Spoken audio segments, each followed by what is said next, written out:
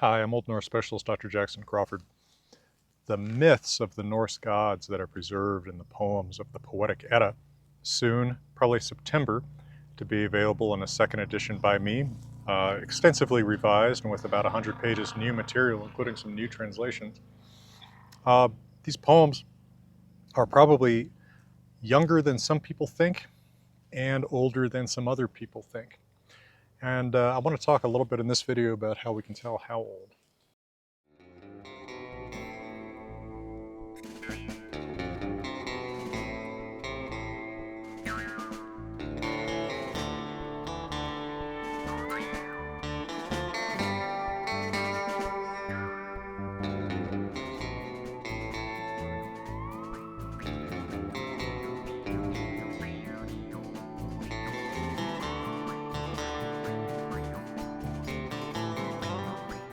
Related Old Germanic languages like Gothic and Old English have a perfective prefix or sometimes collective prefix, ga in Gothic, yeah in Old English, that is absent in Old Norse because Old Norse loses all prefixes except o, un, the negative prefix.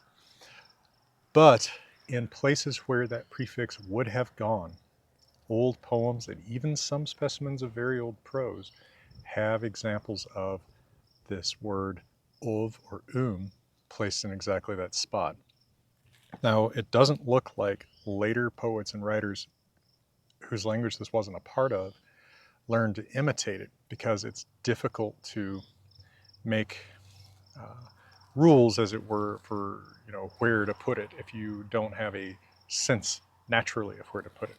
Although research by Ingrid Dahl in the 1920s, Leif Olsen in the 2010s, and that I'm beginning now has been showing that it does line up in its placement with where it would go in Old Germanic languages like Gothic and Old English. So since we don't see it in, for example, the poetry that Snorri Sturluson is writing in the early 1200s, but we do see very tiny traces of it in a poem like Merlinus Spal, which is from about 1200, and we see tons of it around 900 in the work of Theodolfr or Huine, a skaldic poet. We can actually kind of make a distribution map from Old English-like numbers in the work of Theodolfr in 900 to just about absent, but not quite absent in a work of around 1200 like Merlinus Spal. And doing that, it looks like, and then comparing the frequency of that word used that way in Eddic poems, it looks like none of them are as old as Theodolfr. So some of them do have a frequency that's about like the work of Egil Skallagrimsson in the mid-900s, or Oyvind Skaldespillir in the mid-900s. So those look like the oldest Eddic poems, or sometimes the oldest pieces of Eddic poems, because what's really interesting is that very often the amount of these is highly concentrated in a particular part of a poem. Example, Völuspá on average looks quite old. Its average incidence of the particle would be late 900s, but it has that mid-900s, that Egil or Oyvinder distribution at a particular spot. Stanzas 28 to the first half of 34. So the Volva speaks to Odin. She talks about the death of Balder. That seems like a fragment of a much earlier poem, second quarter 900s rather than last quarter 900s. Another piece that looks about that old, weirdly enough, is the Bergatal, the list of the dwarves that comes early in Völuspá. That has a high concentration of archaic features. Another place we see a concentration of archaic features that's not elsewhere in a poem is in Havamal, and the stories about his attempt to seduce the Billing's daughter, which fails, and his successful seduction of Gunnlod. That has a heavy concentration of this feature. Then there are poems like Helga Kviða Hjörvarssonar, which has no occurrences except in one stanza, the last half of one stanza. Ef hann ser lek eða sverð beit, þeim skal gumna grand venna. If the sea mistreated him, if a sword bit him, I will avenge that damage on men. So this seems like maybe a formulaic phrase, something that's coming from a much earlier poem about, a woman in mourning for a dead husband or something like that. Or Fafnismal, the poem where Sigurður kills the dragon Fafnir and then is given advice by birds at the end. The bird's language seems like a fossil of a much earlier poem embedded inside of a very late poem about Sigurður and Fafnir talking. So that's been pretty cool to see, and even more interesting to see is that the concentration of ov and in the right places to correspond to other Germanic languages prefixes corresponds with other archaic features. So Haukur Þorgeirsson at the Árni Magnússon Institute in Iceland has shown in a paper that the alliteration of words that used to start VR, but in Icelandic after about 1000 start with just R, so saying Freyður instead of Reyður, for example, or Vrangr instead of Rangr. The alliteration that calls for that VR also clusters in those same places. So it looks like these are both really archaic signals that later poets aren't imitating. And that is true of skaldic poems too. Skaldic poems that have these, the concentration of ov in the right place also have a concentration of VR alliteration. So old features go together with other old features. Now, this has influenced a lot about how I translate these poems, and I am doing some research now on where this particle ov might come from. I have a new idea about this that I'm working on publishing in a journal before too long, I hope. I've been writing all of this stuff down in my beautiful Wanderer's Journal. This is not only cool looking, but it's also got these cool quotes from Hávamál and Younger Frúðar, accurate Viking Age runes, artistically rendered by Liz Wilson and Hackett.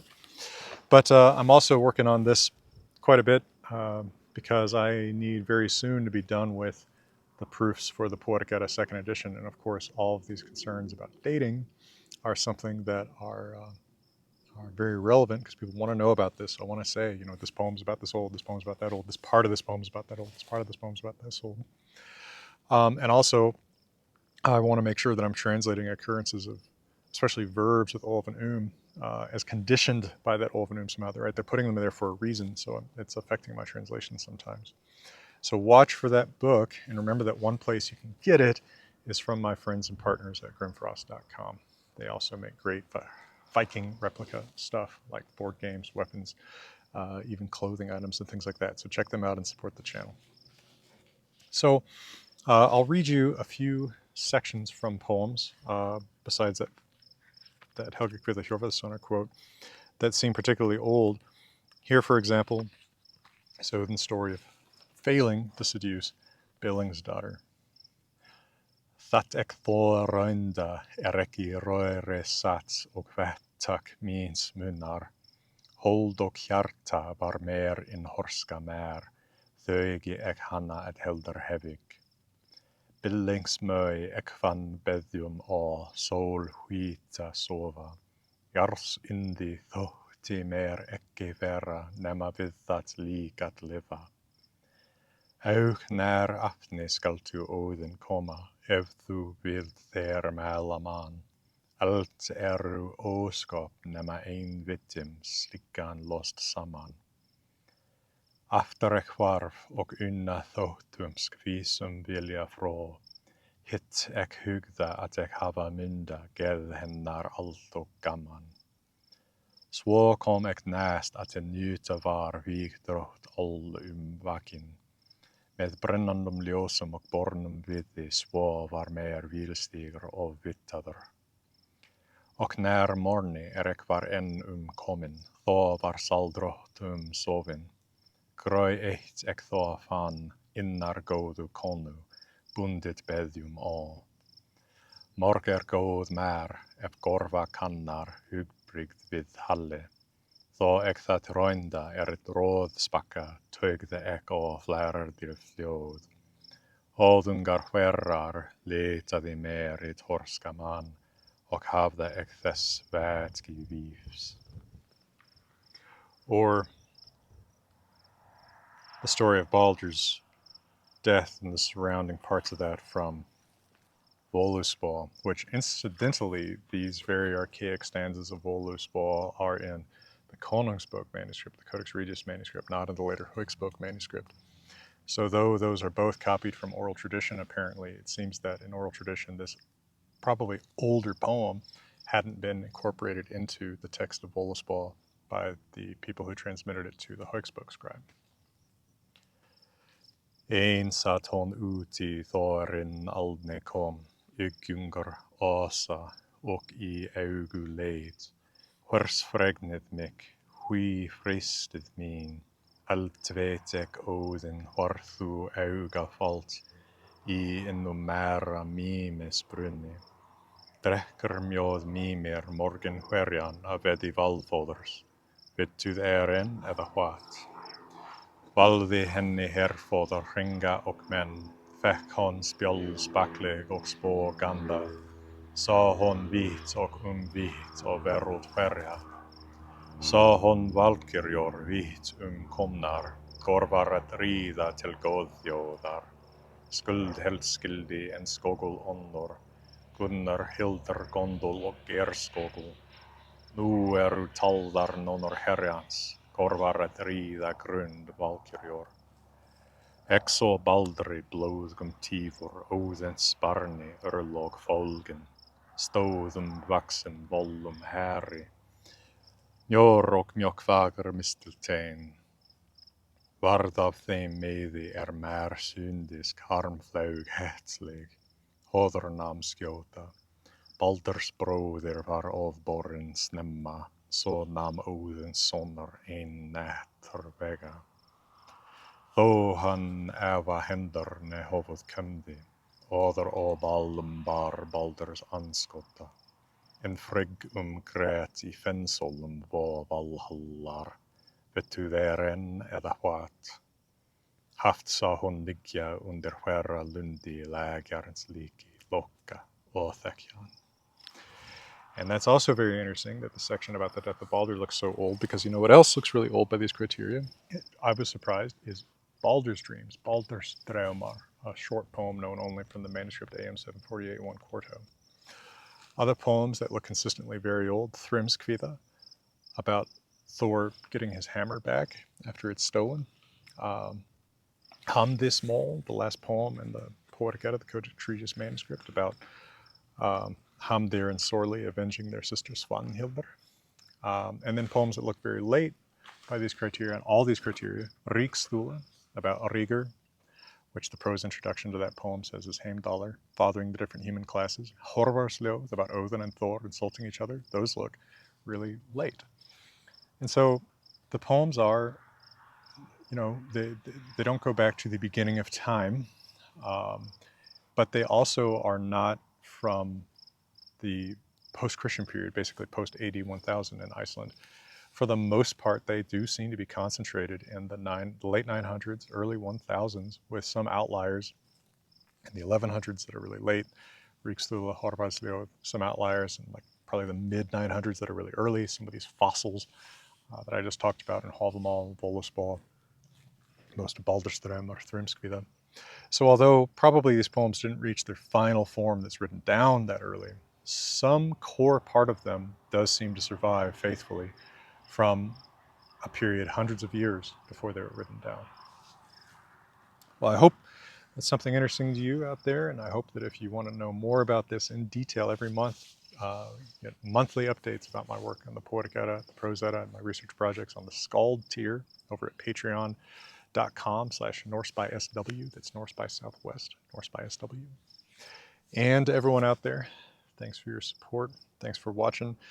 And thanks for reading my books, and hopefully checking out the Poetic Edda 2nd edition soon.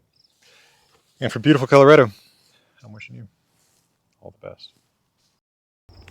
Did you see the sign at the beginning of the trail? What should we be aware of? This is not an especially snaky trail. There's snakes everywhere. Snakes. Just because the sign says snakes doesn't mean there are more or less here than elsewhere. I'm from the city. We don't have snakes. Just rats.